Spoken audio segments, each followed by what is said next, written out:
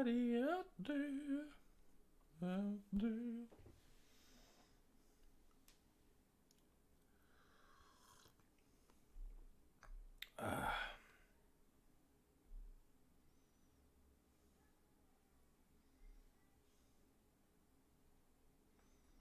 Morning, Satel. How is life? Is it treating you fairly? Hey! Oh, dude, you guys would not believe what just happened. I was sitting down, getting everything ready. And wouldn't you believe it? The neighbor cat comes jumping in through my window. It was just sitting there, like, huh? As if to say, you know, what? Am I not supposed to do this?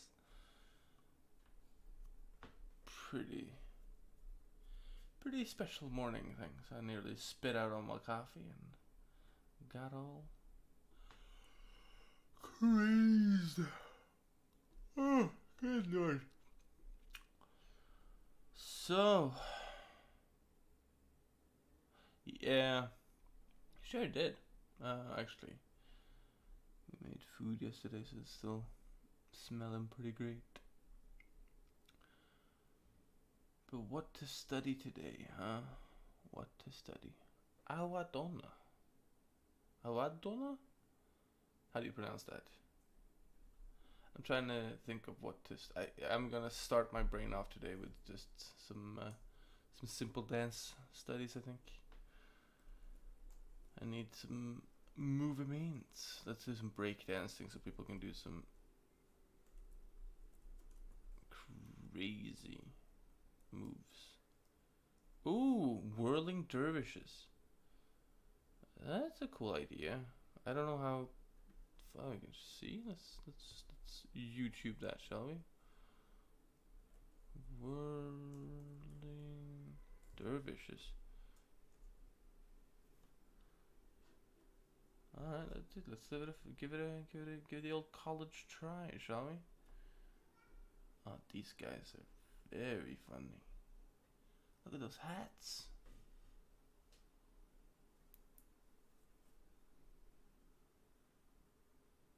I was going Twitch bored out of my mind until a real streamer came on. Oh shit! Shots fired! Sudden sound of the ad at the beginning of the stream scared the crap out of me. Wait, I didn't know we had ads. I guess everybody has ads. What's the ad, Prosper? Alright.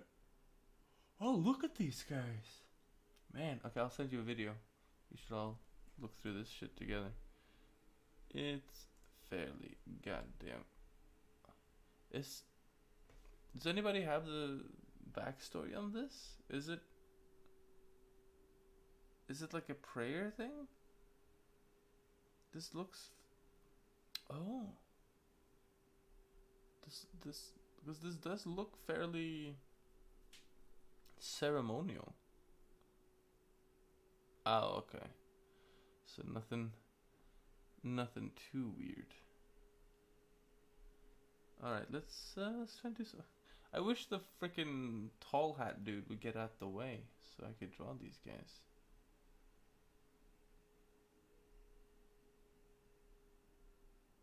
Man, the stuff human beings do not to be bored. It'll never stop fascinating. I mean, I'm all for not being bored, but there are limits. You wanna see? Ooh. Oh, you know, can't take that time difference. Oh, Georgian. I was on Kim Yoongi's thing because they've taken me on as another Super Ani artist. So I guess I'm pretty Super Ani now. All right, let's try and do one of these dervish boys. Dervish boys. Oh, Will does biking in the morning. Look at this guy. Oh man, okay, my phone's about to run out of battery, so you know what? Let's not be too. These guys are pretty weird anyway, so let's not be too hardcore on the timing. Just try and keep it quick. All right. Actually, I can do it on the. I can do it on the here. Stopwatch. There we go. Google has its own stopwatch. Will there never be any end to technology?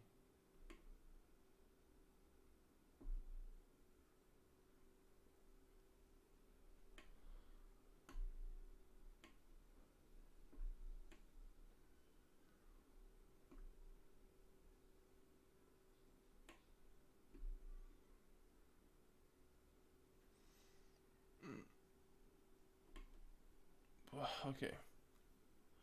Alright, just gonna answer a few questions and then get going. What was it?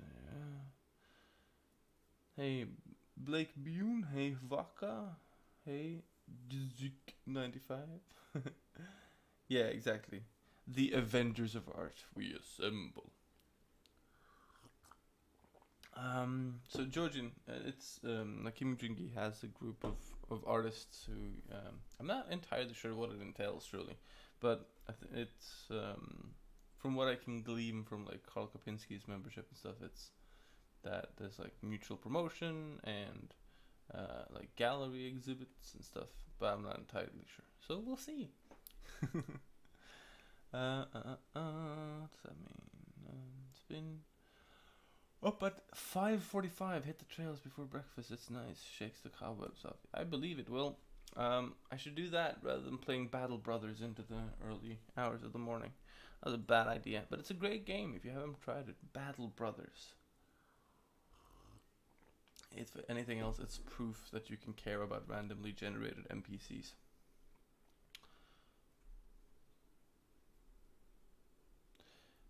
Khalil, I can only agree. I mean, this is what tradition leads to inevitably. Spinning. What time is it here? It's 9:08, and they seem to share each other's stuff a lot and do live drawings together. Yeah. Will Hallett? No, it does cost a little money, but it's not expensive, and it's very good. All right, let's get to these whirling dervishes. So, one thing I'm spotting with these guys that could be quite interesting to carry over to other drawings is, of course, the folding of their skirts. I'm thinking, like, these are fairly simple cuts of cloth being spun in a very regimented way, so you can kind of make a lot of conclusions based on that, and that's useful for other types of drawing too. So it's one of those things you see a lot in fantasy art, for example, is that people, and I'm guilty of this too, so don't take this as like me trying to tell you that I'm not, but like when people draw capes, they draw pretty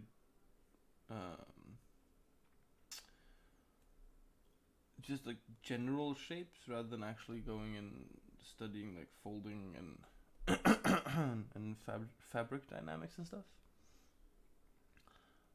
And not that that's the biggest sin in the world, but what's really cool is when you see people who know or have studied capes, and they see that they can sort of show extra things with that. It's pretty cool. Here's a general question though. What is it with sort of traditional cultures and giant hats? That must just be like a generation long dick swinging competition thing, right? That's not just me.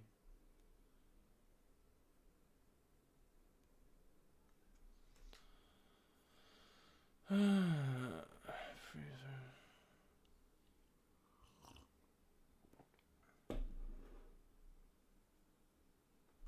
Yeah, well, I'm starting off the day with some more gesture studies. I'm trying out these whirling dervishes.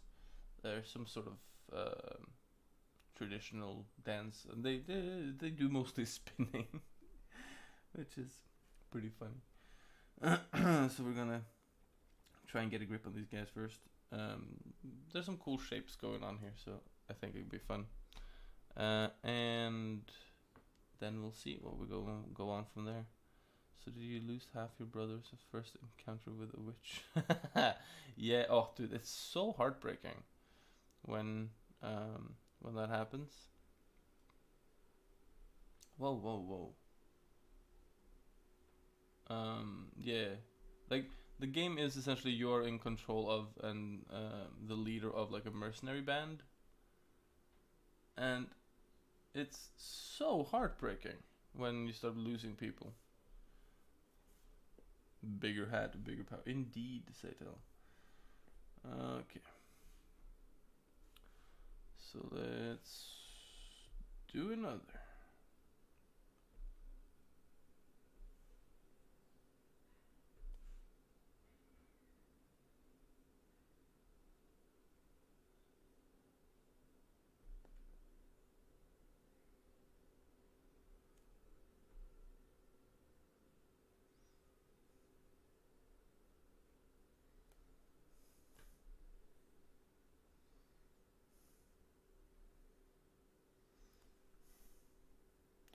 Man, I'm fascinated now. I really want to read up and see like what these guys are all about.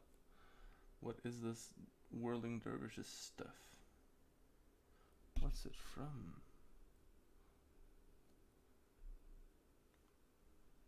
Oh, Evan, you gotta remember to draw inside the shapes again. Alright. I don't know how you answer so many questions and draw. Yesterday's questions were like essays. Yeah. You know, that's half the fun of doing this stuff is answering questions. So I don't mind. I just gotta get better at focusing on the drawings. And I've noticed that when I'm doing these gesture drawings, I tend to start with a left arm. So I'm gonna try and move away from that just as a matter of not falling into one little habit.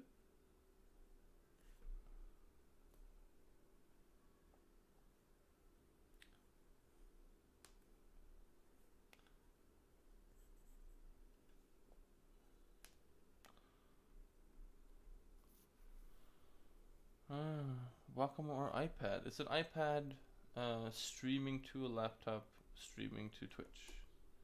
I'm sure there's a simpler way, but I don't know it. Oh, I don't know if I can turn up the volume. I can move the mic a little closer, and talk a little louder and enunciate a little better, if that helps. Hey, morning, Shadlow.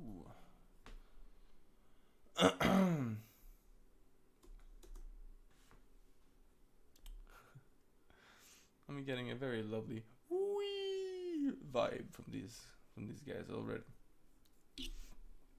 I'll post the video again just so you guys have it. But oh man, there's a lovely guy in the foreground.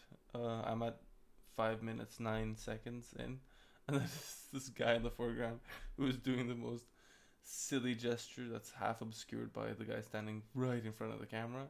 But he's got a very serious expression on his face, and he's dancing like a hippie. It's very cute.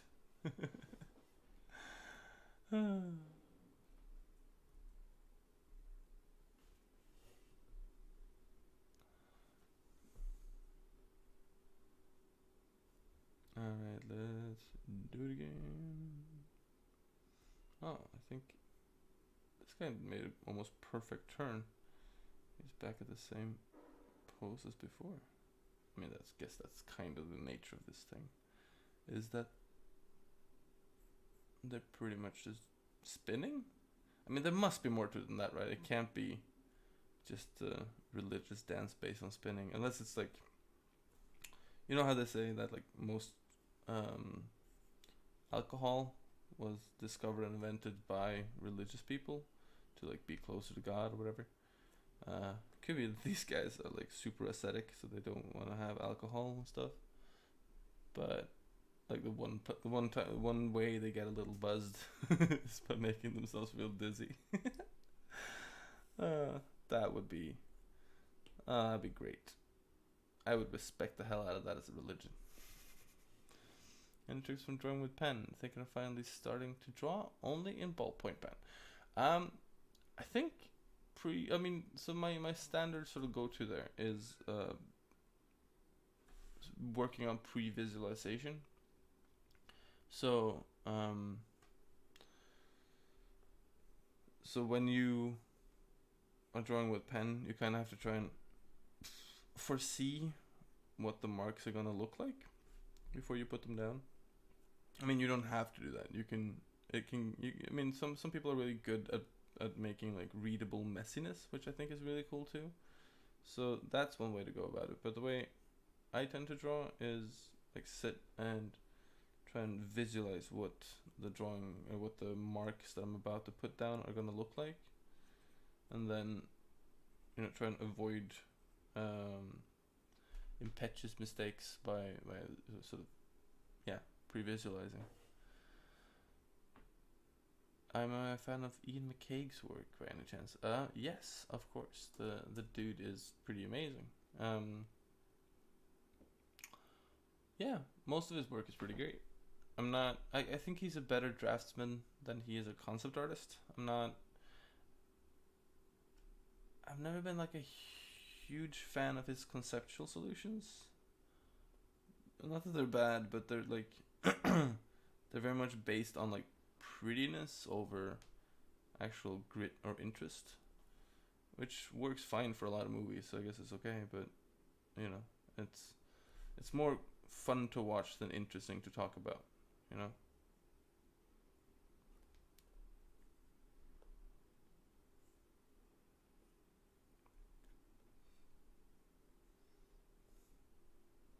But then I haven't seen all of it, so I don't really know. Seems like whirling white while listening to the music is a form of meditation. Yeah, I mean, I guess it is. Strange form of meditation though. But whatever works. Whatever gets you going in the morning. I mean, I don't want to start no flame war with Ian McCaig. The guy is a legend and would probably quash me. But yeah, like the thing I remember most from him is the Little Mermaid tutorial gnomon video that he made, which was really great for really great for learning a bunch of like stuff, learning a lot of tools, learning a lot of like methods. But I mean, the concept was just kind of silly, because if you wanted to use the Little Mermaid for like an alien thing, then you have to go and like really analyze the text and create that sense of alienation and offsettingness with the concept of aliens. But that's not what he did. He literally just made mermaids in space, which it's cool, but it's not really an interesting thing. That's what I meant. No, don't get me into trouble, guys. I don't want to be in trouble with Ian McCaig. Please. Reminds me of spinning in circles until I fell down as a kid. Yeah, that's kind of where I'm coming from, Satel. Like,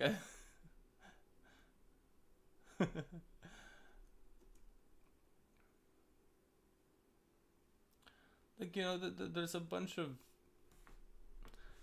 You can't say that it's not legit meditation, but I'm wondering what kind of deep and profound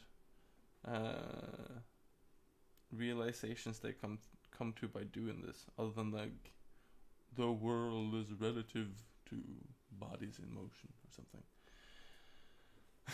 Mermaids in space.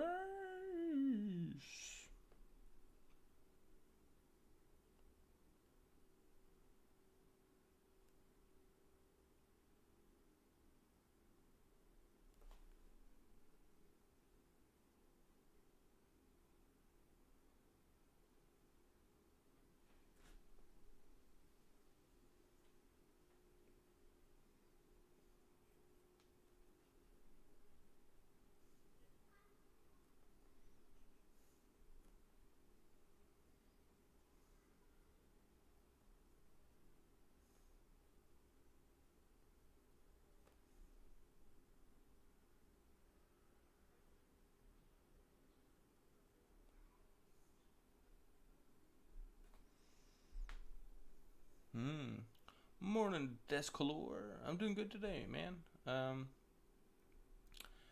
It's nice and humid in Oslo this morning, but other than that, I'm doing real good. How are you guys doing? Alright, those are some fun whirling dervishes.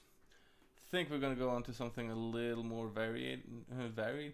So I'm gonna go back to the really Descolor. Cool. That's a cool name. God,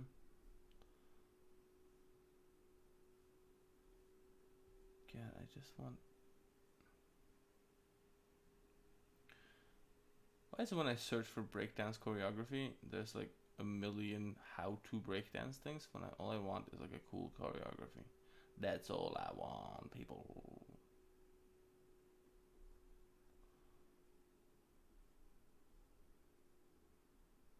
Oh, here we go.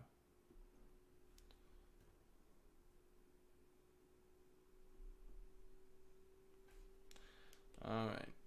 I'll post a vid.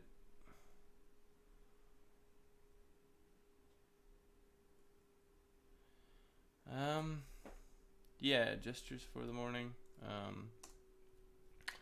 Then I was wondering if I should do some more work on the Gollum thing. One's warmed up a little. So maybe start doing the under drawing while we're on here. You know, do a little hour of that. Han Basic. What do you think about practicing digital drawing without undo to emulate drawing with ink? It's not a bad idea, I think. I think it's actually a pretty good idea. You know, just be, I mean, if it's only to emulate normal drawing, then you might as well just, you know, draw with normal paper. I think part of the reason why digital has its application is that you kind of got to give it its due, as it were. So if you're studying for studying's sake, or if you're drawing, I don't see that there's a problem with the undo button, as long as you don't use it sort of spasmodically. Like, you'd have to actually give yourself time to fail and go back. But this is a tool, so learn to use it, and don't hinge your success or failure feelings upon whether or not you can emulate real world drawing habits. I might be overanalyzing this, and you might just be asking whether or not it's a good idea to try and sort of push that aspect, which I think is both laudable and a good idea. But I wouldn't I'm always just wary of like building up these bad reflective habits. So I wouldn't want to sort of reinforce that. You know, like, for a very long time when it comes to hey, shoe thief. For a very long time I had like a big problem with digital, because I felt like using a lot of the tools was cheating, and you get yourself into, you know, some pretty annoying places by doing that, and it's hard to sort of feel good about what you're doing. And I think the moment you free yourself from that and allow yourself to use digital for all it is, as long as you don't rely on it as a crutch, you're in a good place. So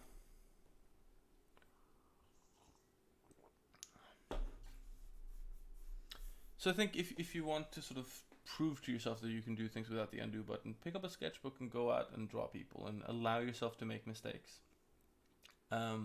And then bring that comfort back into your digital stuff and keep your mistakes and play with them and see what you can do with them. But moreover, have a positive and sort of understanding relationship to your Shadlows knows exactly what wave I'm on this morning. Very much Bob Rossing it, but yeah, no, I don't mean to be too like, oh, happy little accents, but I think that's important. I despair a little bit of my own bad habits. I don't want to pass that on, you know? So many people say that digital skills don't transfer over to traditional. It makes me scared to go digital, to be honest, as a new artist. Um, yeah, I see that. I can see that. Let me get into drawing a little bit too, so we don't get just into. We don't just want to be a chatterbox, but no, I can see that worry, but I don't think it's true. I think it's just it's like the difference between drawing on a Intuos and drawing on a Cintiq. You know, like when you're drawing on an Intuos, you are learning a bunch of hand-eye coordination stuff that's not applicable to anything other than an Intuos or, you know, what like a blind tablet, right? And those are habits that can be kind of hard to shake, and they feel weird, but it does help. There's a lot of realizations you can get out of that, especially when it relates to your painting habits and stuff. But no, like digital is just another tool, and those worries have been relevant worries to everybody or most people whenever a new medium came along. So no, it's not true that digital doesn't transfer, but it is true that there are a lot more sort of finalizing tools in digital that tends to have a an adverse effect on people's actual core understanding of the craft. And so just being aware of that like dodge tool and like all these layer modes, they have a function. And so you should go and study for example, lighting setups to figure out what those effects are, so that so at least you know what the tool is supposed to supposed to be used for. And then you know that once you are aware, once you know the limits of something, then you can say fuck it and go and and you know break all the rules. But as some old lady once said, if you want to be eccentric, you must first find out where the circle is. You know? I think it's because I use a Wacom tablet and it's not a screen tablet, and it's really hard to translate from traditional to digital, not being able to see your hand over the paper. Yeah, I can see that on basic. Oh wait, so I had one before. What's best for you, Cintiq or iPad Pro, and why? So I think, in all, iPad Pro wins out for just like versatility, and it's got. I know I say this a lot, and you know if it's not the answer, but for me it is. Like freaking Procreate is an amazing program, and if Procreate existed on computers, I might well be using my Cintiq more. But it doesn't, so I don't. I do go into Photoshop from time to time, but not much. And seriously, it is one of the greatest revolutions that's happened in my digital artistic life. But so there's that, and there's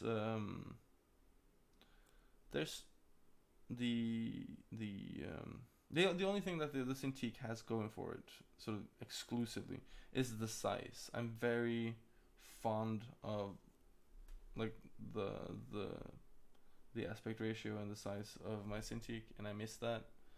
So that I would definitely call in the Cintiq's favor. But other than that, I'm big fan of the iPad Pro with Procreate.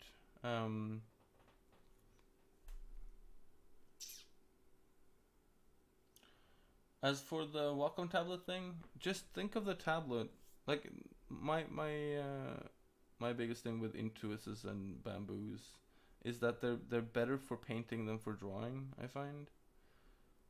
So because it goes blind, because you can't really focus on the line quality, you're kind of saved from the problem to begin with, though, which is a blessing in disguise, because you don't have to pretend that it's an analog for drawing in real life. You know that this is digital drawing, and you know that that has drawbacks. So going back to traditional drawing actually becomes a bit of a an uptake. So because those two aren't transferable, as in like body mechanics, you don't really run the risk of mixing things up, which is positive.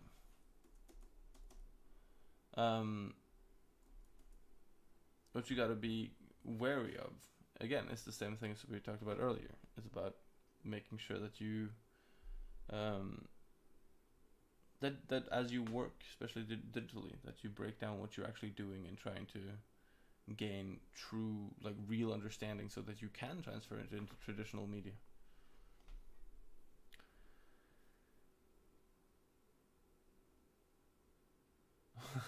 Cheers, Lonely Furion.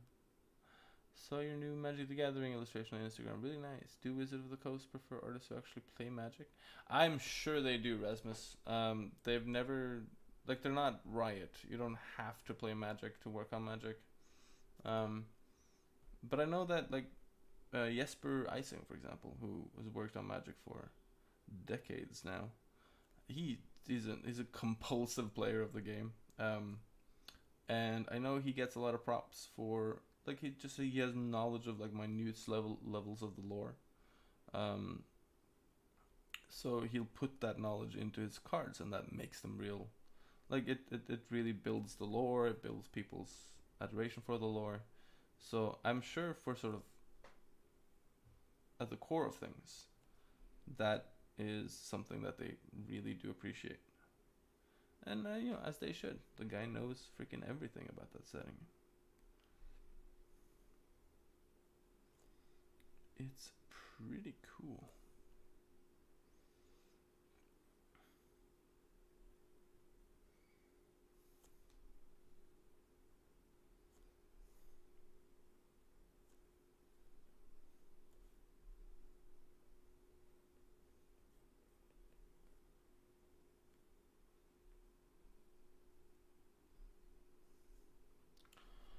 Also, I learned a bit of breaking before, and a fun fact is some of breakdancers prefer to be called b-boys, b-girls, and the activity is called breaking, b-boying.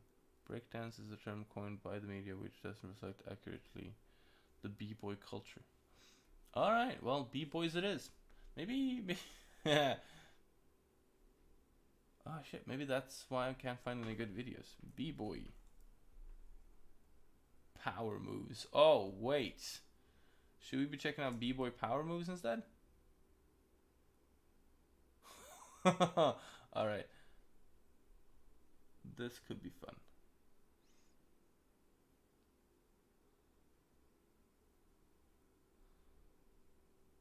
Alright, let me finish the video with this kid first, and then we can go and look at some b-boy power moves.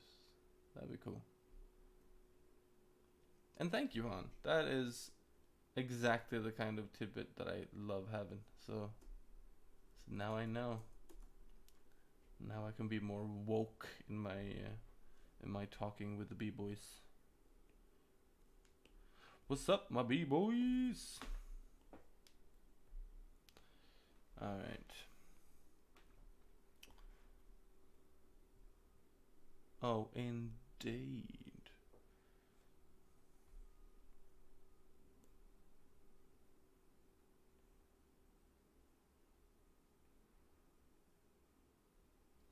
Another thing that a quick gesture drawing is real good for, which you don't really think about, and especially with digital, you don't think about it, but it's one of those things that just, it feels real good, is your hand-eye coordination, because you keep looking up and down.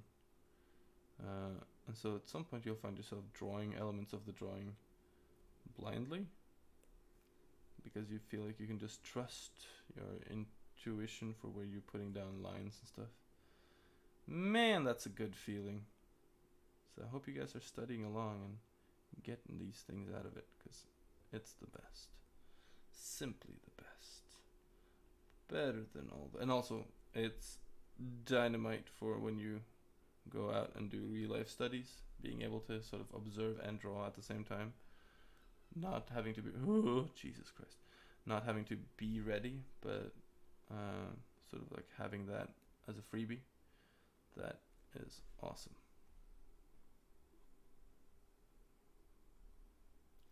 So what did you guys do over the weekend? Tell me.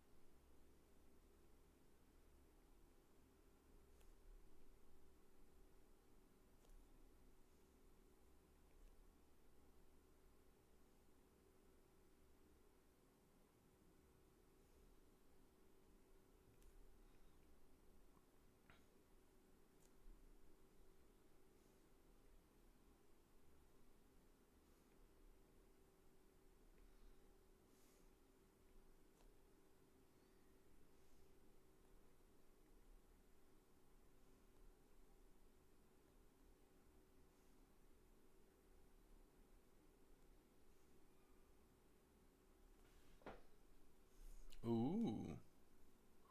Storyboarding. That's ace. I tried to draw my D&D character. Very nice. I started a new oil painting. Wowza. Pretty good. Oh, dude, that was crazy this weekend.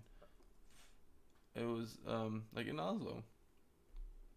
Actually, not in Oslo. Outside of Oslo, in Bærum, the part of sort of the greater Oslo area that I'm from. Some fucking dude nearly shot up a mosque. And it was so casually reported. Like, you would have thought that would have kind of made the front pages, and I mean, it did. But I don't really follow the news. But I kind of found out like a day late through Reddit. That was very scary.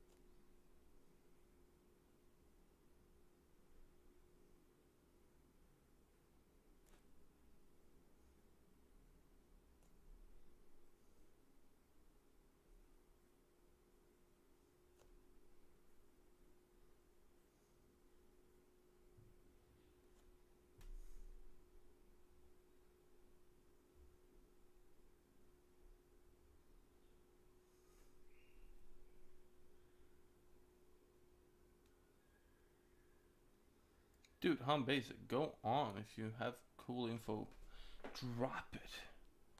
You know I love that stuff.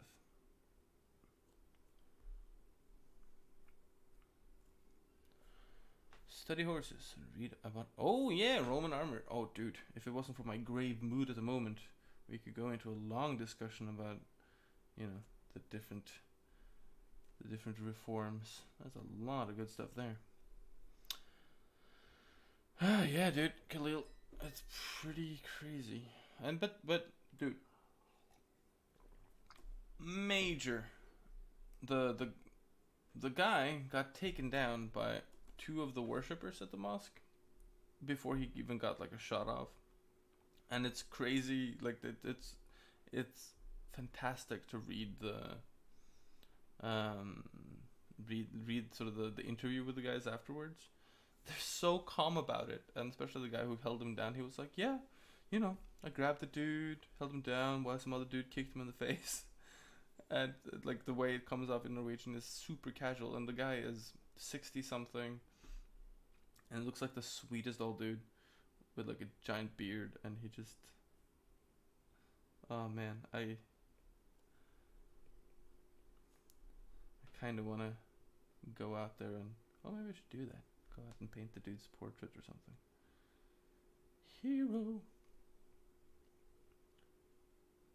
But yeah, few things are like quite as unsettling as a near miss that you weren't aware of until after the fact, you know? like, oh yeah, this could have very well become another July 22nd. Thankfully, it did not. Anyway, let's talk about something happier, since that didn't happen. Give me something happy to talk about, peeps. Oh yeah, we can talk about Roman armor. That's pretty happy. So, did you know that... Well, so the most archetypical Roman armor, the Lorica segmentata. Oh, wait. That's insane. That's a regular occurrence for him. Yeah, just like the fucking ballers dude. Hey, from Iran. Ooh, okay. You're studying hands, so there are many like good breakdowns for hands. If I may suggest, I would say using the box and tube model is good. But again, since I'm happy to talk about or to use standard replies, I would suggest going and finding the Loomis breakdowns for hands and using those to gain understanding, and then go on and study hands from life based on that, if that makes sense.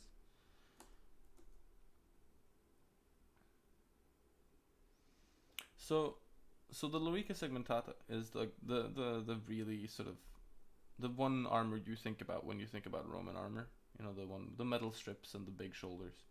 And the funny thing about Lorica is that it was a fairly late development in Roman armor technology. It only really came about when they had access to these fantastic German metalworks that could pump out the volume of metal that it would take to produce these kinds of things.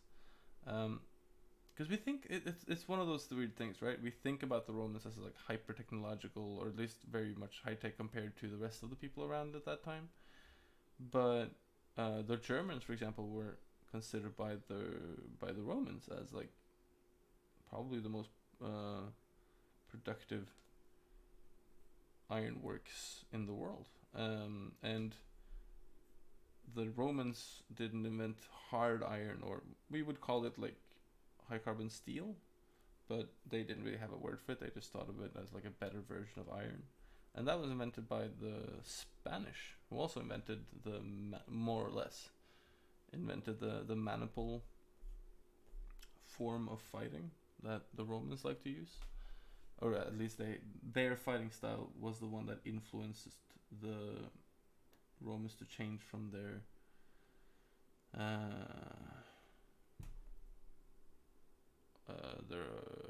phalanx style to a newly fangled maniple style. It's pretty interesting.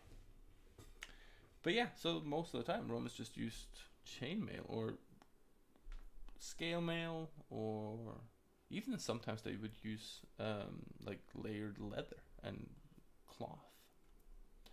Pretty crazy. I know it's a lot of topics to throw at you, but how do you handle faces would be cool too. Badly. Now, I try to think of like drawing faces as like drawing any old three-dimensional shape, and then sort of add character on top of that, right? So if you're doing like a head, you know, like if I want to draw some face, right,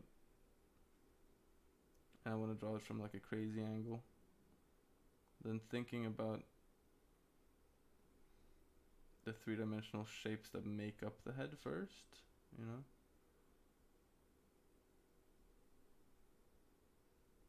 This is just to make the point about the shapes, really. I don't usually draw faces from this angle.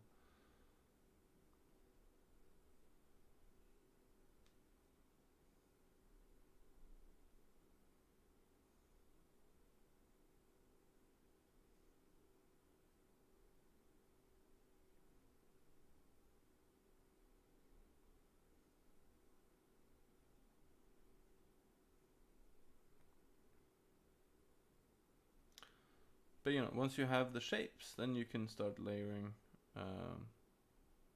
some personality on top. We could give this guy like a big fancy mustache, and maybe a mohawk. You know, you can do a lot of stuff. But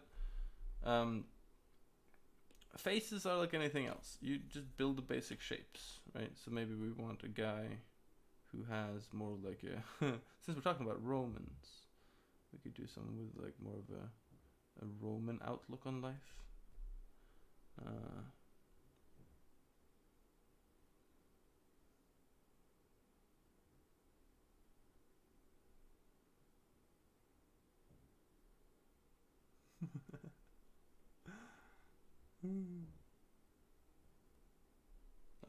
That didn't turn out very well. It's too early in the morning to construct faces, dudes. But as with anything else, right? Drawing faces is more of an anatomical challenge of drawing all of the head and the face musculature and then layering things on top. So I do a lot of anchor point drawing. So I'll sort of like outline the general shape of what I want. You know, like if I want like a big muscular dude, you know, and then I'll be like, okay, how do I want the eyes, right? I want them far apart because this guy's gonna look like a bit of a simpleton. So I'll put in general shapes that I know that I can either hide or overdraw later. And you know, I know that maybe I want like a bit of a wide nose, so I'll indicate the wings of the nose, and like low brow because he's a bit of a weirdo. Not that weirdos necessarily have low brows, I'm just saying. Maybe he's got like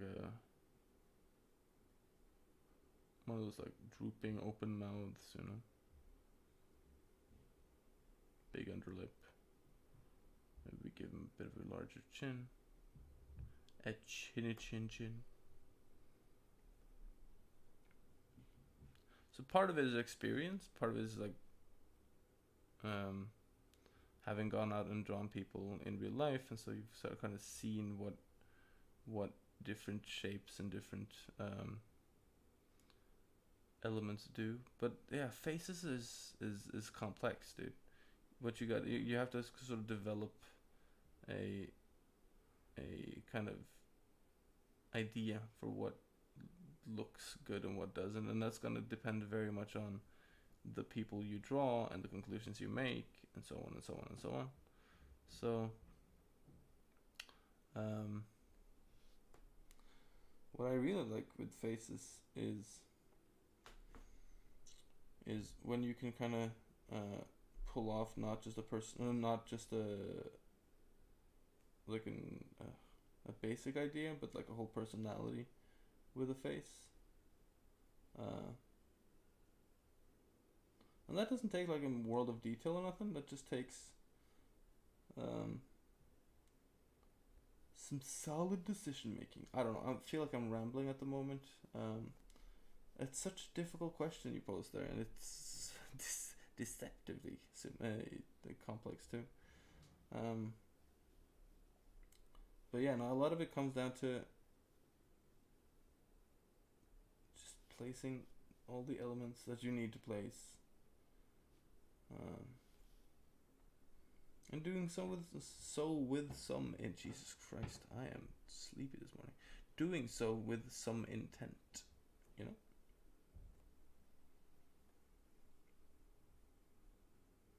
And again, as with anything else, it's a lot about breaking and re-establishing patterns. So just be aware that a lot of the things that you might find difficult might just be difficult because you're stuck with some bad habit from like an earlier lesson that you learned. So whenever that happens, go back and try and relearn things and see if you're not just punishing yourself for something. Like lateral lines, for example, I relearned pretty recently, are super useful. So all of these lines that I'm putting down are like describing little folds and turns of the form of this guy's head. Anyway, have you ever heard of Michael Hampton? There are so many anatomy books out there. I guess it's about picking one you like. Yeah, I mean, it definitely is. I'd not heard of Michael Hampton, but um, I mean, you're not wrong. There's about 1,000,004 different anatomy books out there, and there's a lot of them that are good. So, if you, as long as you pick one that like does a solid breakdown of anatomy and does a good way of explaining the building blocks and the dispositions and how you interact that knowledge with other sets of knowledge, um, yeah, I think you're probably doing good.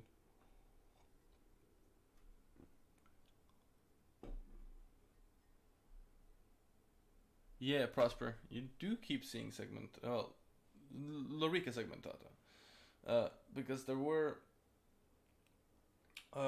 what's the chainmail version again?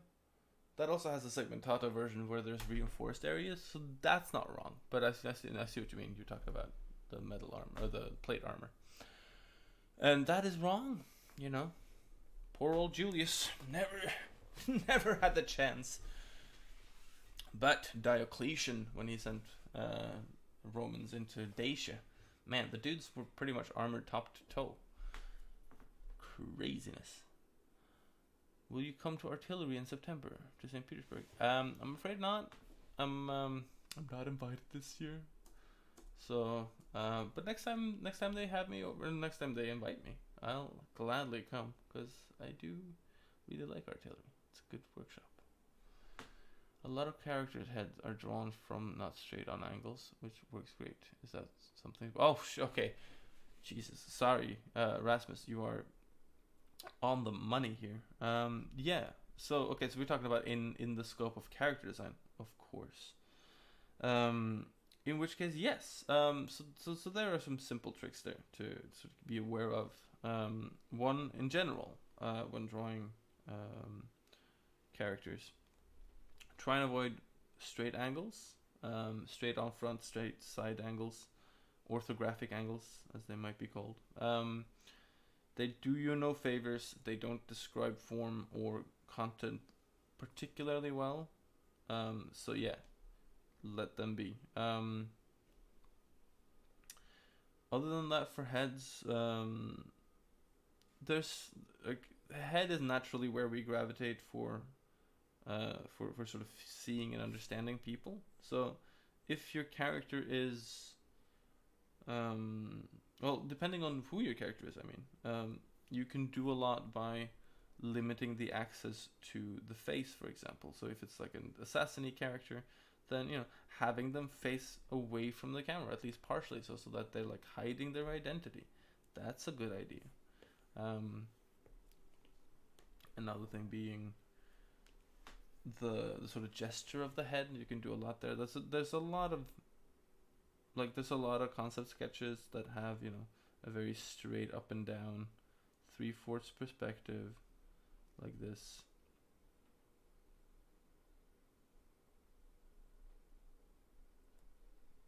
Like this sort of head, and then the body doing something fairly unsubstantial, and it's a loss.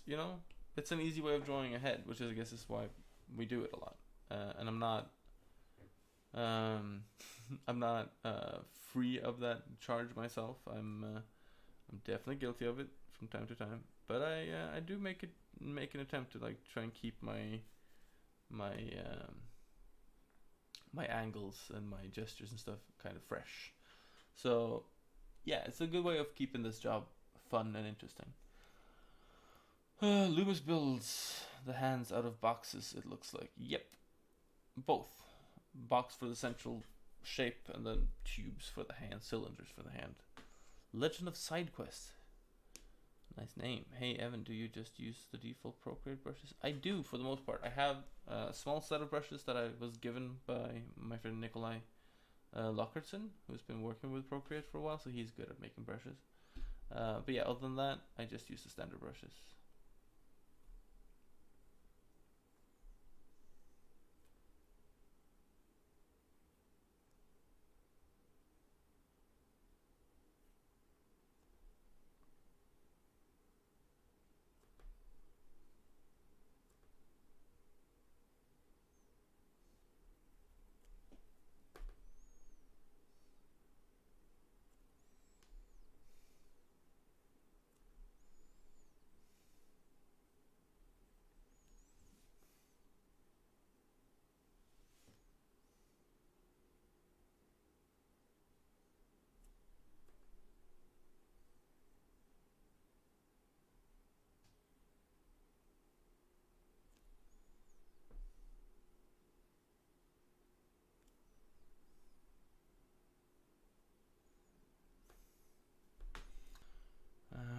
Do I need coffee?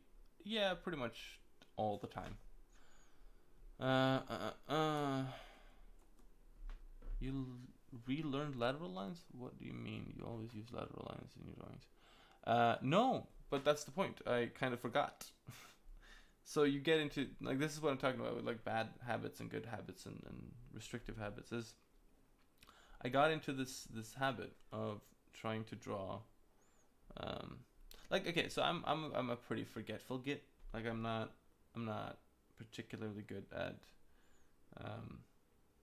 like keeping all my knowledge all the time. I can do that with like useless knowledge, like, you know, knowing what campaigns the Romans used, or, you know, like the disposition of Roman armors through the ages. It's not really something you need as an artist, but it's that stuff that sticks in my head. But like I'll forget, you know, about pretty important drawing tools pretty regularly, and then, you know, I'll rediscover them. So at least I'm never bored, because I'm like, oh, what's this thing that I've seen before? I'm sure, but I can't remember. So I'll be a fun old man when I'm old. If you don't think 30 is too old already. But yeah, so the lateral lines thing, the wrapping lines around the form and shaping it that way, rather than having sort of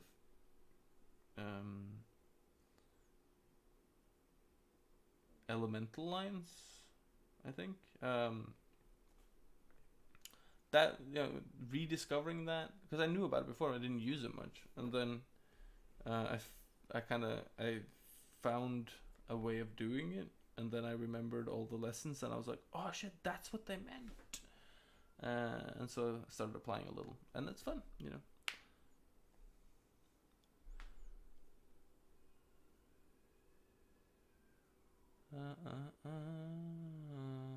Morning, Kilabi Art. To study anatomy, we really need to use a live model or pictures and study from drawings are enough. You don't need anything, but I think one thing you definitely get from a live model is the three-dimensionality of it. It's the ability to see all the like elements of what you're drawing, being able to move around it, being able to appreciate the tactile nature of what you're drawing. That can be really helpful in understanding it, so that your drawing comes out as a reflection of that understanding. But it's not necessary, and the better you get at breaking things down and understanding the three-dimensionality of the form that you're trying to draw, the better I think you can use photographic reference. But definitely, like, drawing from life is preferable. I think it's pretty great. So, you know, if you have the opportunity, you should go and do life drawing. It's pretty awesome.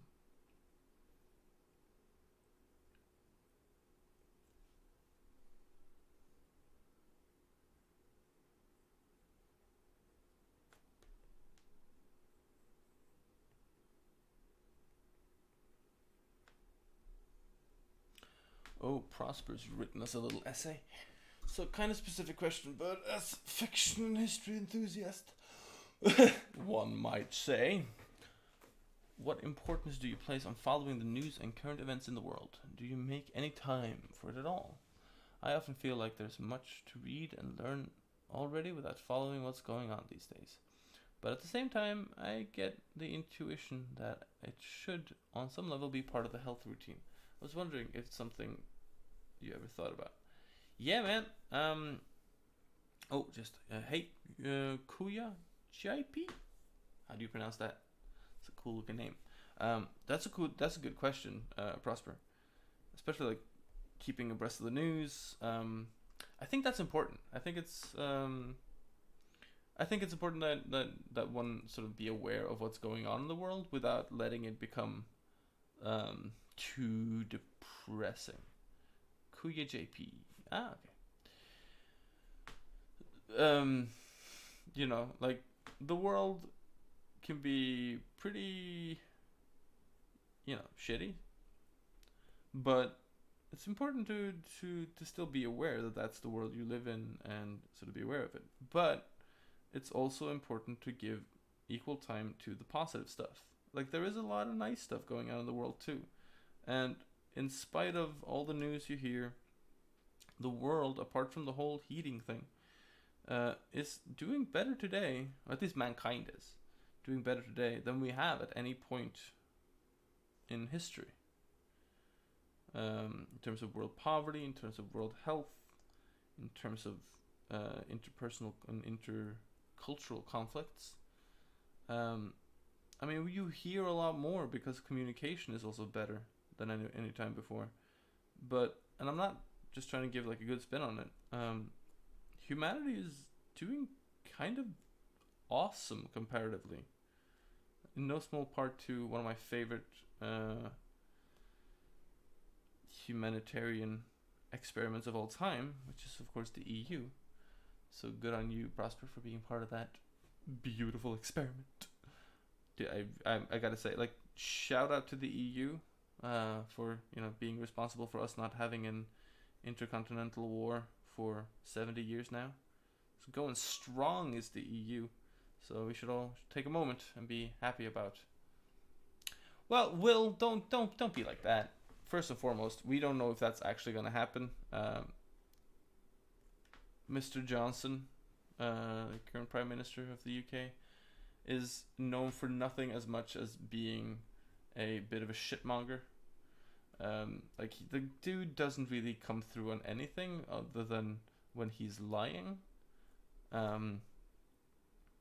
Dude, Will, you'd be so welcome. You should get out of there before you guys actually go through with the Article 51. But seriously, like, when has Boris Johnson actually delivered on anything? The dude is a bullshit artist, and fair enough. Like, yeah, he was instrumental in driving through Brexit, but only in as much as he was driving that bus around, spewing lies. So the thing is, Juncker and the negotiating team from the EU has not seemed at all interested in renewing or in renegotiating any part of the deal. And Johnson and fucking, what's his name? Not Michael Gove, but the dude who has like the weasel face. I've been like trying to pull the whole like, oh man, we want to talk, but the EU, they don't want to talk. I don't know why. So yeah, that's not honest. But so there's a like The Economist was writing not 2 months ago about this idea called the Hotel California deal, which references that line in Hotel California, the Eagles song, where it says you can check out anytime you like, but you can never leave. And even though they've been trying to with prorogation and stepping through Parliament, first and foremost, they've been building the entire support of Brexit as some sort of democratic issue. If then they go around Parliament to get it through, that's going to damage that argument pretty strongly and make the possibility of a second referendum to counter it all the more likely. So and also Parliament has been pretty clear that they don't want prorogation, in as much as they've like passed 3 bills to counteract any move towards it. So I don't know, man. I'm interested to see what Halloween brings, but even if Brexit happens, it's not like it's not like the UK can survive without the single market. So essentially, it doesn't really change anything other than the illusion of self-determination, which, I mean, it's like they've never read Confucius, man. Power and control are just the illusions of power and control. But then again, I guess that is Nigel Farage for you. Anyway, I'm rambling. I've been drawing in a really generic style for a while, and I recently became interested in manga style, but it's so stylized that it feels really difficult to draw it in that style. There's not much good English books on the topic. The better on other languages like Japanese and Korean. Any tips on studying a super stylized style? So, yeah, I mean, yeah, no, I don't. I think the thing to be aware of is not so much the style as it's established, but the style as a reflection of a set of visual intents and values, right? Because you don't want to just be another manga artist. You want to use it to create your own style, I'm going to assume. So if that's the case, then being aware of what that style comes out of, which is, the late 40s, early 50s, when, Disney cartoons and stuff started intermingling with classic Japanese draftsmanship and cartoon making, and then the Japanese sort of creating their own separate sort of marketplace for this kind of stuff, and it becoming its own sort of separate beast from like the Western styles, and then because, especially within the Japanese culture, but also a lot in the Korean, there's a lot of sort of respecting the previous generation sort of thing. The next generation and the next generation of these artists kind of became the people who were adept at not adapting the style of the former artists, but literally just appropriating it. And so it became, a pretty strong breeding ground for this kind of artistic incest, which led to the kind of systematic inbreeding of manga and anime as styles of animation and abstraction, and nothing wrong with that, but it is where that extreme stylization comes from.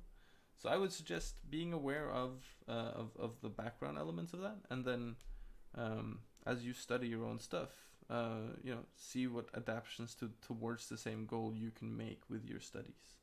That's how you develop your own version of that style, I think. It's depressing how many short-sighted idiots voted for shit, though, and not one I've spoken to can back up their vote, believe any logical argument with any substance. Depressingly, even if we had a second referendum, I think the majority of the British public would vote to leave. Still so depressing. The question is whether or not it's the... No, I'm not going to go on a whole political thing here, don't worry. But I think the larger question is whether or not people... what the larger part of the British public actually voted for in Brexit. Because keep in mind that freaking... what is his name? The weasel-faced bastard. It's not Michael Gove, I think. It's the other guy. The guy, he used to be a journalist like Boris Johnson did. And the thing is, if you look at those guys, like their careers have for a long time been kind of being Eurosceptic and just shilling out fucking just dumb lies about EU regulations, like the whole Boris Johnson thing with like bananas and kippers and all that stuff. It's nonsense. It's not true. None of those regulations are real, and it's just people. They're just trading on the poor understanding that people have of the regulatory system of the EU, which in no way is perfect, but it's freaking the results of it is pretty awesome. So I don't know, I'm a fan anyway. But yeah, I think the Remain campaign didn't do a very good job of trying to win over voters, because they were very assured that they already had the majority, and that all they needed to do, like, this was all they needed to do was just to show up, kind of, and they would win. And they didn't try to sort of win over the Eurosceptic ones. And I think that was a mistake. How many hours a day do you usually draw? I usually work for about 6 hours a day, and then there's this kind of stuff on top, and then there's also other kind of stuff on top. So I don't know. I don't wanna say like a number in case it's wrong, but a good few hours of drawing every day. Otherwise, what are we gonna use this digital ink on, huh?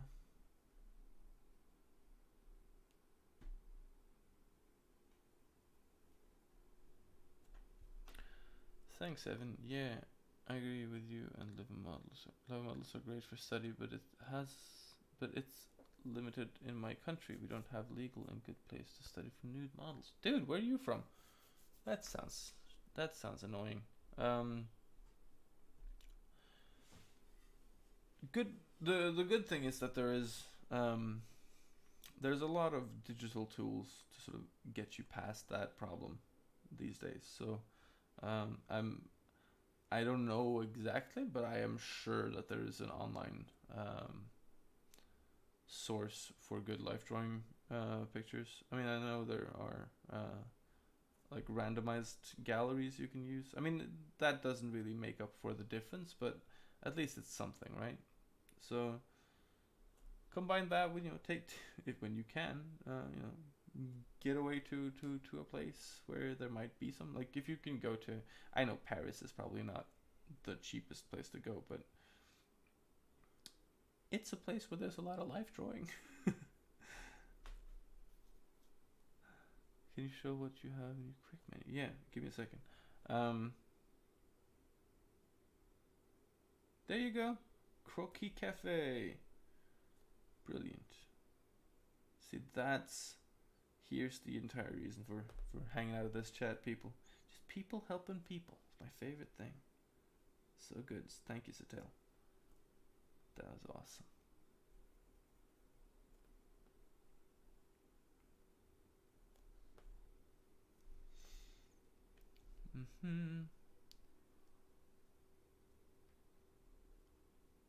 What? Is it a legal problem to study from nude models? I mean, I'm guessing this... Yeah. Moshakeri? Just to assuage my curiosity. Where are you from?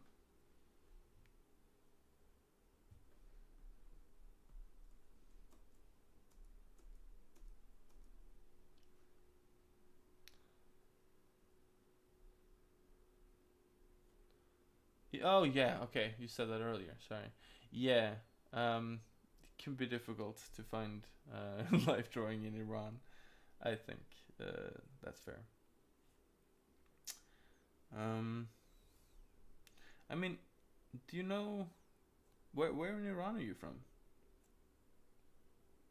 Don't want to be too nosy, but I'm just curious now.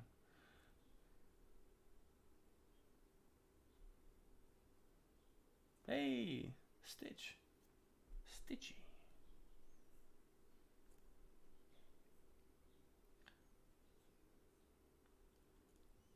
Okay, so you're from Tehran. Well, have you do you know Faras Shanyar? Like, I'm just thinking, like, if anyone in Tehran knows where to find life drawing, Faras probably does. Stay safe, stay nude. Real nice, Onion. Real nice. When I see that onion, all I can think about is Onion from Steven Universe.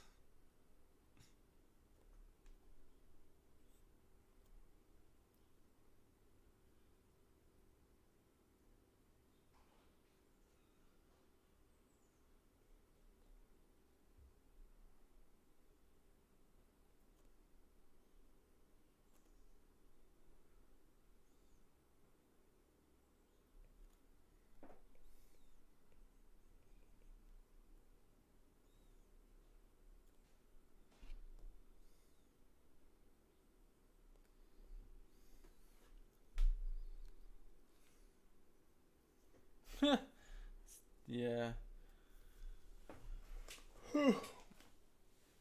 Hey, Sueb! Whoa, dude! How are things? I have your drawing on my wall. I've been doing great. I'm back in Norway, and, doing my thing. How are you, man? Alright, you know what? I think that's enough gestures for now. So what I'm gonna do for the next sort of 45 minutes, I'm gonna go back to a little Gollum thing here. And what was it we chose? Okay, so it was this guy kind of ended up with. So I'm gonna this guy, right? So I'm gonna cut him out and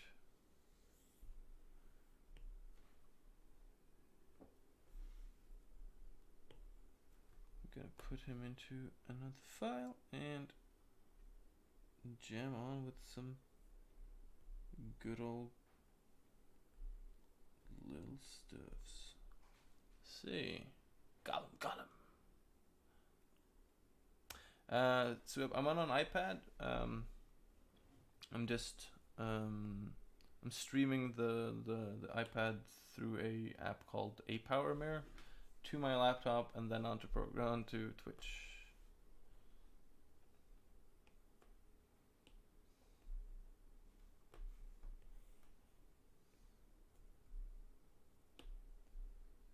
So for those of you who weren't here yesterday, we did some exploration for the Gollum piece for the Patreon. So ended up with like this one as I can show you guys if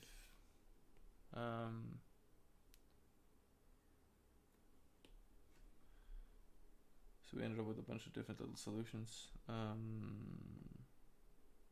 Oops, that was the wrong one. Here. Different ideas for Gollum's pose. I was also kind of fond of this one. Lower left corner. So which one do you guys prefer? So you're using Procreate on PC or you? So it's the yeah. Well, I love Procreate. It is pretty much the best sort of painting digital working programs I've ever come across. It's so much simpler than Photoshop, and it has all the functionality that I feel I need. So it's nice to not have to sort of trawl through a million different things that I don't understand. All right, Sueb is on board with top left, so might keep going with that unless I have some strong secondary opinions. Come on, people, make your voices heard.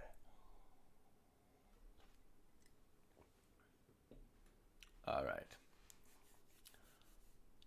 The bottom left one, it's like his bow. It's like he had a bow in his hand and lost the fight. Oh, yeah, that'd be good for another character though. Top of I feel like the huddled crouching pose is more Gollumish, but the lower one could be more of a craze for ring pose. All right, well then I think we're gonna go top left because that's the aspect that I was interested in. So what I want to do then is to really draw out the character. Now I'm wondering, just for the sake of future, actually I'm gonna do this in that original file just for the sake of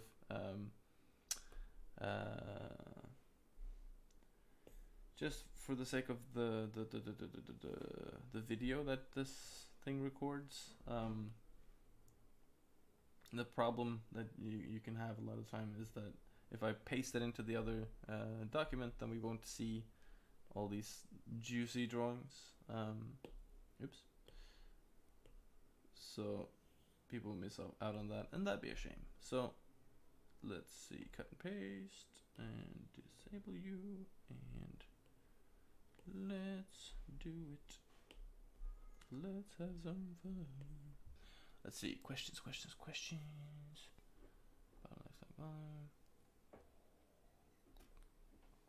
Oh, I'm doing another sort of 40 minutes, and then I gotta be off to do other things. But so yeah, for the next 40 minutes, I'm on here. So get your drawing stuffs out and let's have some fun. All right, so I'm gonna start with his little face. Try to figure that out.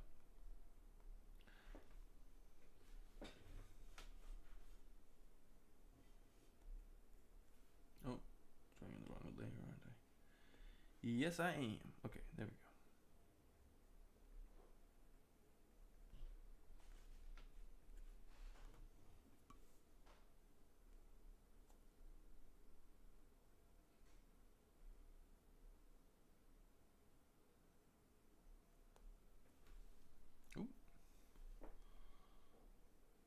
Hey, I'm kind of new here, but I've been following you on Instagram for a while. I was just wondering if you are self-taught or if you studied somewhere. A little bit of both. I studied. I'm wondering how deep to go into the storybooks here, but I've gone to a bunch of art schools. I've gone to the Einar Granum School of Arts and Crafts in Oslo. I went to the University College Falmouth in England, and yeah, so that's two, maybe not a bunch, but yeah. So I'm definitely not self-taught. I also find that to be like I mean, I don't want to call you out or nothing, but that's always a weird question because I don't think anyone's really self-taught. Like everybody's learned from somebody, even if not directly. I don't know anyone who is truly self-taught, I think. Waiting for the day when artists can hang out in VR chat rooms and draw sketch together. Yeah, I mean, that makes me think of the program that Yama Urabariev was showing off at industry workshops. That's crazy. Like that was it's a 3D modeling software that two people can run from the same VR rig at the same time and work on the same model, which seemed pretty useful, honestly. Especially for, like larger projects where you have to have multiple artists working on the same asset. That seemed pretty great. I think we can already do that, but we are waiting for prices to be artist friendly without skipping more than 3 days of noodles. Yeah, that's true. I mean, it looks like VR in general is doing a pretty good job of sort of holding on. There was a lot of skepticism for a long time. I remember people being like, "Oh, VR is gonna just die out," but it seems to be going pretty strong as a thing. I'm still waiting for like a really immersive sort of adventure game in VR. Man, I want that so badly. I want like a true like Skyrim game in VR. That'd be freaking great. Self-taught would be locking yourself in a room and looking in the mirror on your own body and drawing. Good luck learning bone stone unless you're psycho. Yeah. No, I'm just imagining that. I don't know, man. I like. I'm sure the nomenclature for that isn't as strict as I make it out to be, but yeah, like I think as long as you're part of like the artistic community, you're learning from other people. So I'm definitely not self-taught anyway. Oh, Will's going the other way. He thinks everybody's self-taught, really. Which I mean, I'm guessing your point there is that like teaching and learning is very much dependent on your own effort to sort of apply yourself to that. Correct me if I'm wrong, Will. Which, yeah, I prop that. I think that's probably true to a point, but I think, man, I think the answer to that question is very much dependent on the point from which the question is asked. Not to get too sort of silly and philosophical, but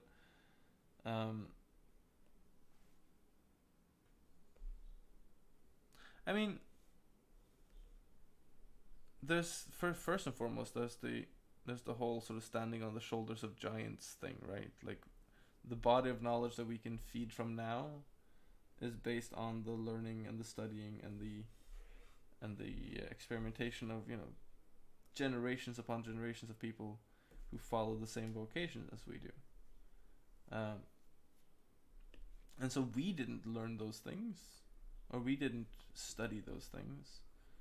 They did. They went to autopsies and figured out muscles and things and how to break things down in different ways. But I mean, anyone who whose style and work is derived or is derivative of another has learned from that artist. So I don't know. Maybe we should partition it into like analysis and specific study or something.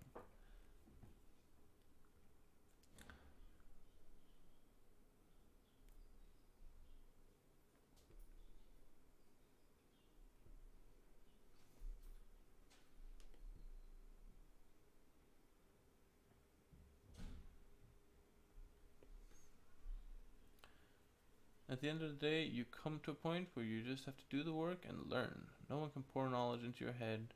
If you go to college or university, you can be given the tools, but you have to go through the experience of evolve as an artist yourself and take loads of work and self-analysis. Yeah, that is true. I mean, you have a point there, Will. But to a point.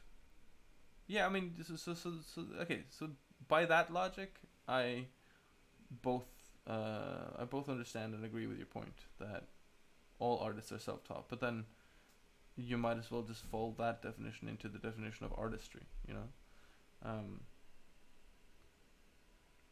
or that the only artists who are not self-taught are the talented ones. Oh, we're flipping it around on them. Do we see you at THU 2019? Probably not. Again, I'm hoping to be invited. I am quite busy that time of year, so I'm not really gonna take the time to go to Malta for it. But I've been, you know, I wouldn't say no if they invited me, but otherwise it's a bit of it's a bit of it's a bit of time I have kind of booked with other things, so. I feel like it's really just asking if you went to a structured and paid school versus if you started learning on your own. Alright, well, that's a nice definition too, Satel. And in that case, I'm gonna be disappointing because I have both. Right? Like, I did go to a couple of structured courses, but I didn't really get structure out of them. More like an excuse for spending time on my own studies. So I guess both, right? Like when I went to art school in Oslo, the thing I learned the most there was self-application. It was that the school wasn't going to teach me the things I wanted to know, because nobody did digital art there, and nobody even knew what concept art was. So I wasn't going to learn that there, and it was a kind of like hippie-ish art school where they were, they gave you a little bit of an atelier space and some paints, and were like, hey, go be an artist. And there were some good teachers too. I'm not gonna be all too dismissive, but it's yeah, I think you're right there, Satel. Like if that's the logic behind the question, then it's a simpler answer. The flip freaks you out. Well, in that case, flip, flip, flip, flip. Someone was asking about the quick menu before, by the way. So I have horizontal paint, vertical smudge, and alpha lock, and then because my hand keeps like activating the lower left action from time to time, and that's annoying, I just leave that blank.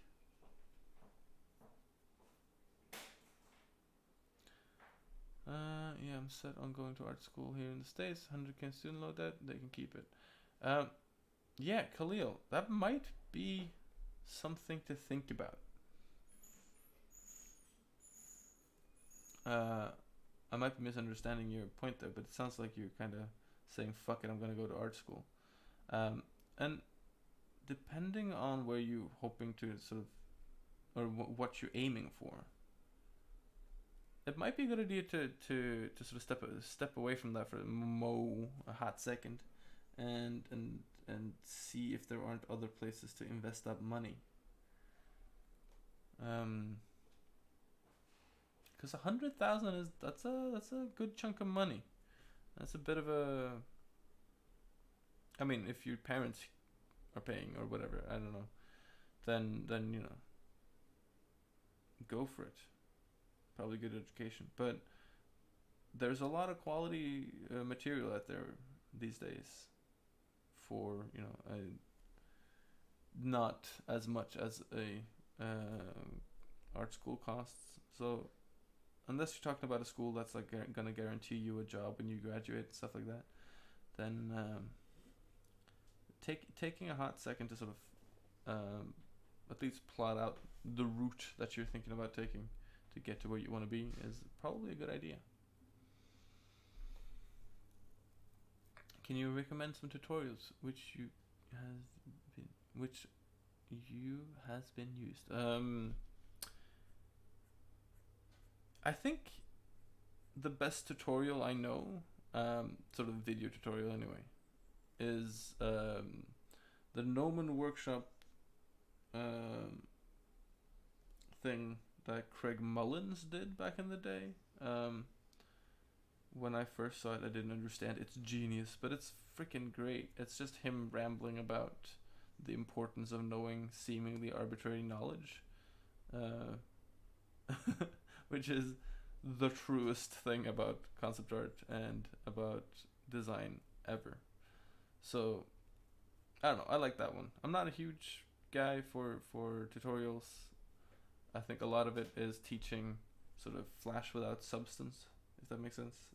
There's a lot of people teaching you how to get certain effects from using the dodge tool this way, and people should just give that shit away for free, because that's just happenstantial knowledge, I think. A true tutorial should be like teaching principles, but I don't know. I just think if you're gonna teach people something, it should be knowledge that can be reappropriated and reused for other purposes. If you're just teaching people very specific little nuggets of info, it somehow seems, I don't know, it seems not quite right. You're going to learn from even the best teachers if you don't apply yourself right. Very true, said Tell. I'm not saying hell no, I'm not going in. Oh no, I'm saying hell no, okay. Yeah, okay. Good on Khalil. So if you don't mind talking about it, what's your plan? What are you planning to do to sort of make up for what you're gonna how are you planning to get into things? Because it's always interesting to hear when people have sort of assessed that situation and found themselves, saying, I'm gonna follow this route, I'm gonna get these and these benchmarks, and then that's gonna do the thing. So I'm just curious. When your Gumroad for how to draw Peter Griffin coming up, by the way. What? Drawing Peter Griffin? You're talking about like Family Guy stuff? Man, I haven't watched Family Guy in so long.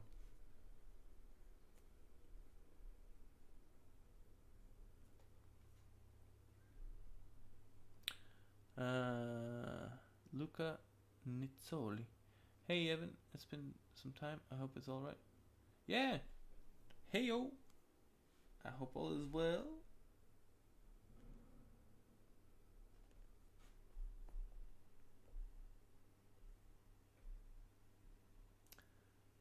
Hey Helizzy.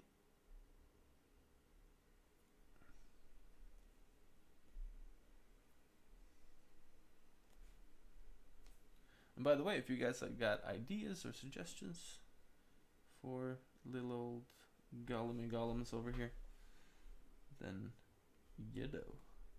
shout it out, people.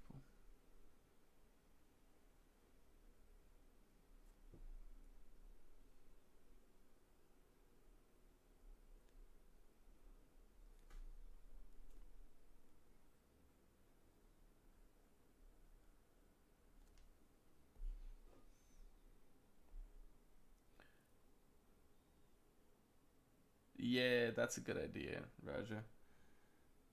Like a fish is broken into, just torn it to pieces. Tore my fish into pieces. This is my last morsel.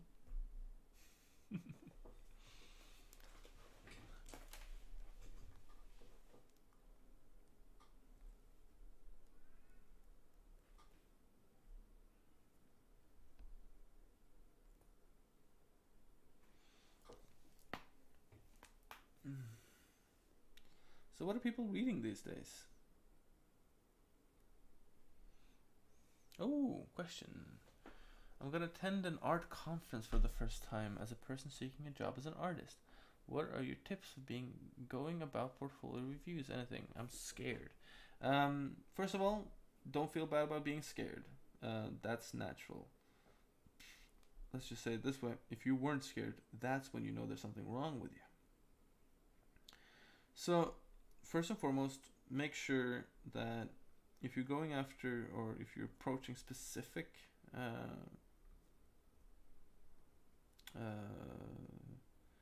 possible clients or employers, then try and put yourself in the headspace of the person who's going to look at your portfolio. And like, what do you think they're looking for? What do you think is gonna catch their eye? And I know that sounds a little bit like, should I be that accommodating? And I think the thing is, what they're looking for is one, someone who can solve the problems that they know that they're gonna be having, and two, someone who can then, on top of that, apply themselves to giving them as a company and as a product something extra. So if just before we go on, do you know specifically what Casey? Do you know specifically what clients you're kind of looking to talk to, or are you talking about sort of portfolio reviews by other artists? In which case, you should just be if it's from other artists, then you should make up your mind beforehand what your questions are gonna be. Like, try and figure out what you want to attain knowledge-wise from the specific people you're getting portfolio reviews from, because that's a good way of getting as much information out of that meeting as possible.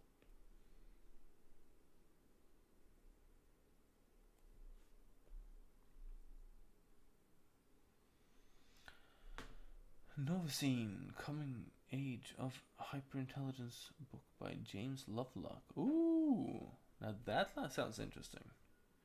So that does also sound pretty scary. What's it about? Tell us, Will. What is your book about?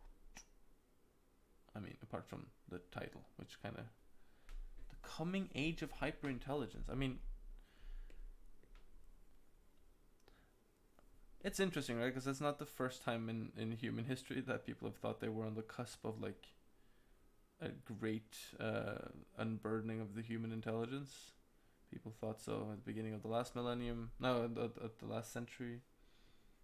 And people were sure, that it was the access to information that kept people in ignorance and didn't manage to let people build their intelligence. But the problem is, now that most people, or at least a lot of people, have access to literally the greatest source of information ever conceived by man, people are still pretty much as dumb as they ever were. So, I mean, that's not true. People are actually, educational wise and in terms of knowledge attainment, far more capable these days than ever before. It's just that the amount of misinformation is equal, if not greater. However, these are trends that will no doubt change over time. So I guess you have to target your portfolio to a specific client. That's a bit hard, isn't it?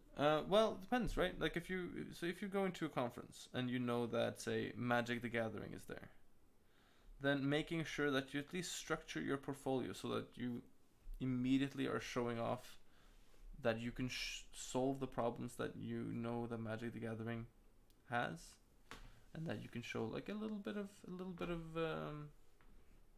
vision, a little bit of zhuzh, a little bit of je ne sais quoi, something that will catch their eye and make them interested. It's difficult, but it's also a good way of getting results. Like the thing is, if everything was fair, then any art director or reviewer of portfolios should be able to give you good feedback and sort of move you closer towards your goal. That would be ideal. Unfortunately, that's not how it tends to be. And how it tends to be is that portfolio reviewers will be enthusiastic and happy to see the stuff that they're looking for, but if they don't, you usually end up getting a pretty stock reply of like, oh yeah, no, we'll get back to you or something, and that can be very disheartening. So the more you put yourself forward in a way that lets them know that not only are you interested, but you're prepared, I think the more likely you are to get the best out of your time with them.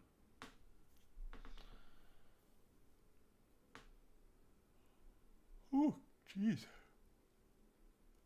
I have never read a book. I'm trying to get into audiobooks now because I don't have the attention span to do only one thing at a time. I can sympathize with that, Onion, but it's definitely a good idea to try. Like making yourself calm and setting yourself down to read. That's a pretty good place to be. Nomar, I consider to buy an iPad Pro, but do you feel about line drawing on iPad in Procreate?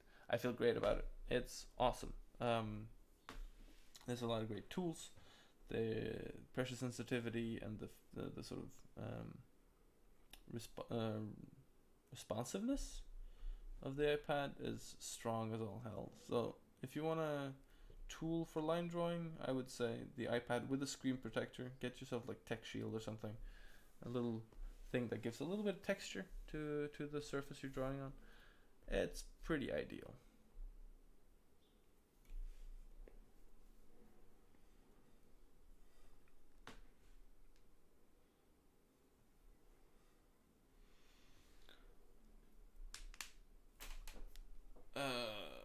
Yeah. So Onion, just about like reading books, literally try and find something that you want to know about that makes the books easier to read.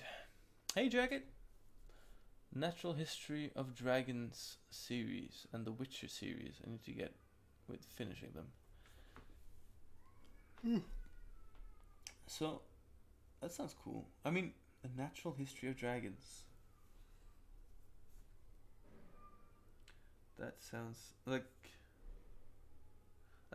the J.K. Rowling book, or that makes me think of like the fantastical beasts and where we find them books, movies or books that I kind of wanted when I heard about it the first time. Like, what would have been cooler than having like the Newt Scamander character be like the fantasy version of like David Attenborough essentially, and like these stories could have all of the Grindelwald stuff happening in the background, but just as like contextual commentary, like not actually as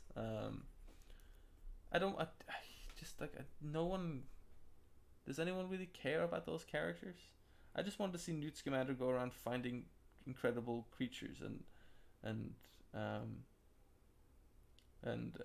like I would have loved that take on like the fantasy world rather than more dark and dangerous stuff. I think that would be cool. What advice would you give for beginners freelancing? What sites will you recommend for social media? LinkedIn apparently is fucking incredible these days. So get yourself on there if you're gonna freelance. Spread your stuff wide. I think apply yourself to like if you're just starting out freelancing, then applying yourself to a lot of clients, and also just don't be afraid of telling them, I'm looking for work, so if you hear anything, like please pass my portfolio on. Like these kinds of people like to help in that kind of non-committal way, so it's definitely something worth asking. And then if they end up helping you, then they're also going to be more invested in you. So these are good things to keep in mind.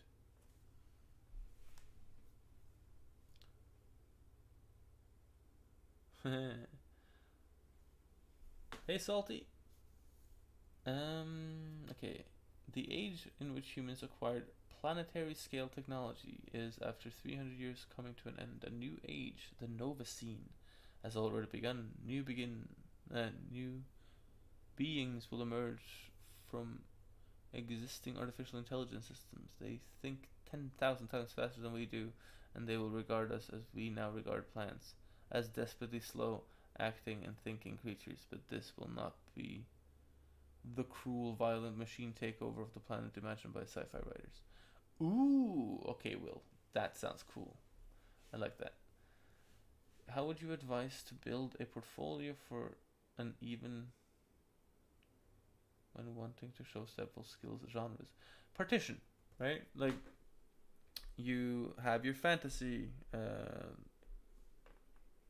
section where you can kind of, you can curate it a little and say, like, this is the kind of thing that I'm adept at in fantasy, this is the kind of thing that I can solve.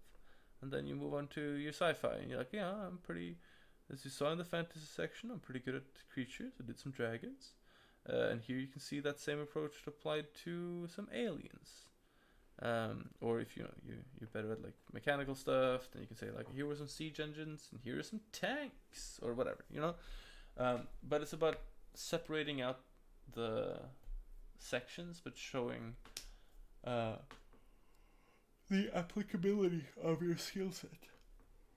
Oh god, sorry for all the yawning, guys. I'm kind of a sleepy boy.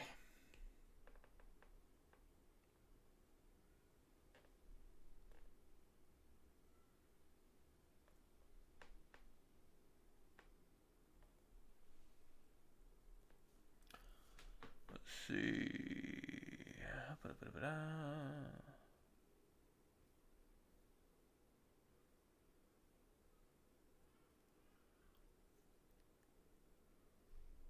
I don't read a new book, but I start playing Kingdom Come Deliverance.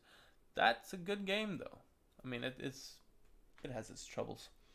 It should have had like a scaling of 10 times greater, but still, I quite like that game. Couldn't imagine having inspiration without reading, to be honest. Or learning art without them. Without books, I guess. Again, sorry for all the yawning. Yeah, I think reading is real good for inspiration. So, especially for just the attainment and recognition of ideas that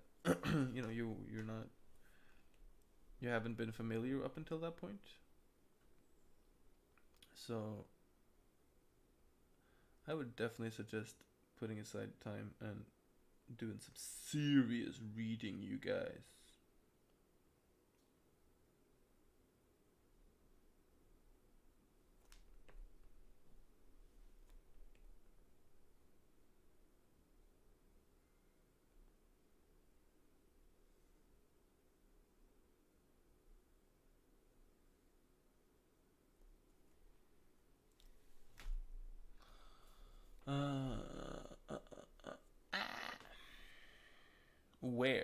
Where what, Will?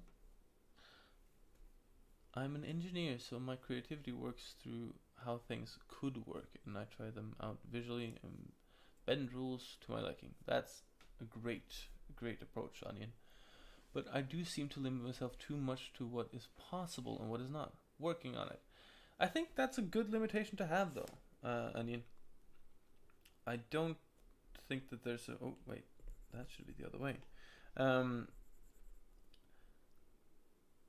I don't think that there's that much of a drawback to sort of actively limiting yourself at least a little bit to what's believable, at least, right? Like, I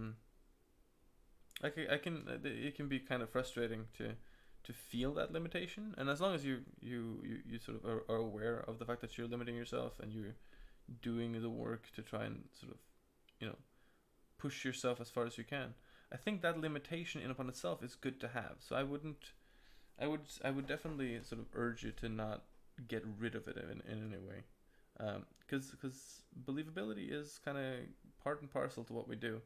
and the greater understanding you have of the real life limitation of something, the more realistic you can make your or the more believable you can make your fictional iterations. It's about the main character going on adventures to study dragons and hear observations. There's a bit of political and character drama, but it's much more realistic than rolling stuff. Okay, that's pretty cool. Where to put your work for freelance? I missed that name. LinkedIn is a good place to put stuff, apparently.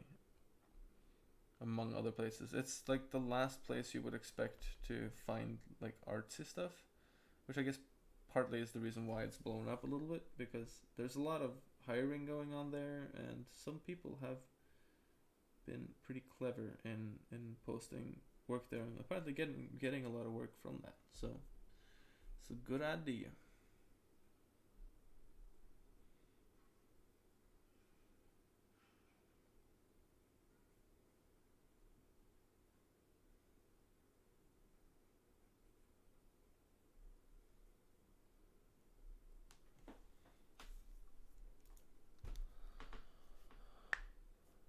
What is your idea for mark making? I've heard that term before, but I've never heard anyone really explain it before. So, mark making is the stuff that you make, the marks that you make to sort of to explain a shape. So this stuff out of context, right? It doesn't make much sense at all. It's pretty abstract. They're just marks, right? But within context, they make sense. So the mark making here is not me sort of perfectly constructing out every bit of the character, but making marks as to explain a lot of these things to your eye so that you can attain an understanding of the whole shape of the creature without me having to specifically explain out every bit. Does that make sense? Let me know.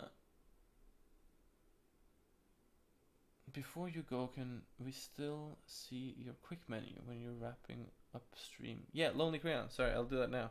On top, I have paint. Then I have my flips on the left and the right. I have smudge because I use that a lot, and I have alpha lock because that's hella useful. And then I'm not settled on anything for the lower left yet, and for right now, because my clumsy self keeps activating that one, I'm gonna keep it blank. But when I get a little, I don't know. For now it works. I'm not really short of any functions when it comes to that, so I think I'll probably leave it for now.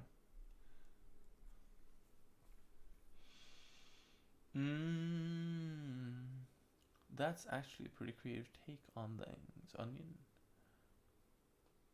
But if you're doing creature design, your ideas run pretty dry sometimes, and grasping inspiration from folklore and myths is quite good. Salty, I will hitch a ride on your point there, because I think it's actually wait, I'm just gonna make sure that I'm not talking about my ass here. Onion was talking about, yeah, okay. Because okay, so my friend Kika Lexova, who's a creature designer, she's also like a super fan of animal anatomy and sort of holds in high esteem any creature designer who kind of pays respect to real world anatomy for animals and understands, you know, that animals aren't humans in another form. Like, they do act and behave differently. And I think, like, if you're gonna do creature design, you can do creature design of folklore creatures, but you can still do them in a way that respects the knowledge that we, for example, have about real world animal anatomy and physiology and stuff like that. And so I think part of the trick of doing that well is to, like, if you're gonna do a cockatrice, for example, or a hippogriff, right? Part of the trick is to understand not just the folklore background of these creatures, but having and making a statement a bit about, how could this, that, oh Jesus, like a hippogriff is said to be, eagle's wings, head and four paws, and then like horses' hind hooves and something. And the point just being that it doesn't actually need to be that. It just needs to be something that you can imagine that when ignorant peasants saw that thing, they would think that it was, or they would then describe it as they do a hippogriff, you know? And so you could, through great knowledge of animal anatomy, you could do a really cool job of that. And if I'm not entirely mistaken, I'm gonna guess that that's the kind of thing that Will, no, not Will, that Onion does, with his, or her. I'm not sure if Onion is a girl or a boy, but with their knowledge of engineering. I guess I'm not sure. I might be talking out my ass. Who knows anything these days?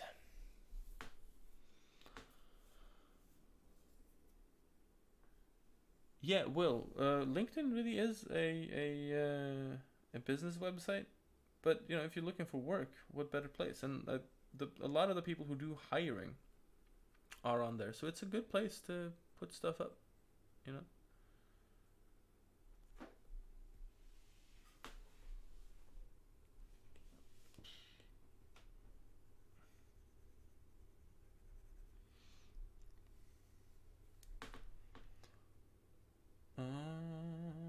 Evan, is there any particular book that helped you with painting in grayscale?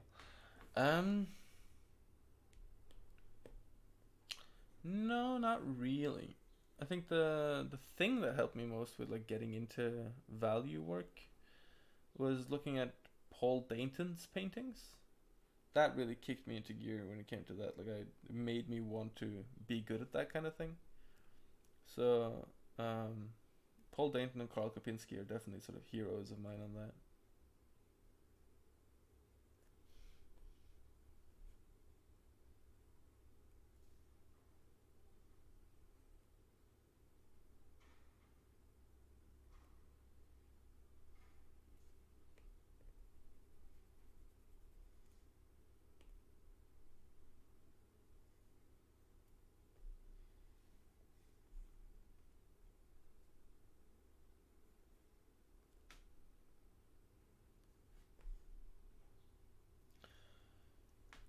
Alright, but boys and girls, we've hit 11 o'clock Norway time, so I got to pack up and mosey on. So we'll pick up Gollum next time and try and finish him off tomorrow morning after you know, our morning gestures. So let's see. Are there any other questions before I leave y'all? Snubby folk creature already based on real animals? I mean, some are. If you go into some Japanese Gyurk, if you go into some Japanese folklore, there are a lot of weird creatures. So I think as a general rule, you're probably right, but not all of them. What was the name of that grayscale artist I mentioned? That was, I'll write it down in the chat here. Paul Dainton, yes. Satel got it. Alright. So, oh, Moon Sky. Okay, well, I'll try and, yeah, Karl Kopinski too. I'll try and standardize this stream so that it is from 7 a.m. till 9 a.m. GMT generally. So yeah, keep that in mind, and you know, spread the word. Get yeah, if you have a friend or you know a loved one who might benefit from the stream, then please bring them on, and you know, let people know about the Patreon and about things, and then, yeah. So yeah, thanks guys for hanging out, and I'll see you tomorrow. Bye.